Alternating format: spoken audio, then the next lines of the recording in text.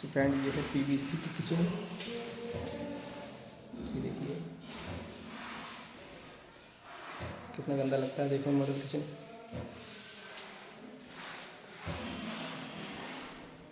चटनी handle सारे ऊपर से लगाए हैं इसमें पल्लों में, इसलिए इसमें फिनिशिंग और वो सफाई नहीं आती है उस तरह की, ना ही लगता है कि मॉडल किचन है ये किस तरह देखिए टूट जाएगी।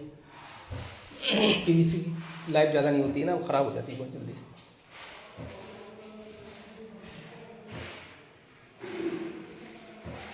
ये सारे चटनी हैंडल ऊपर से लगते हैं तो देखने में बहुत बुरा लगता है।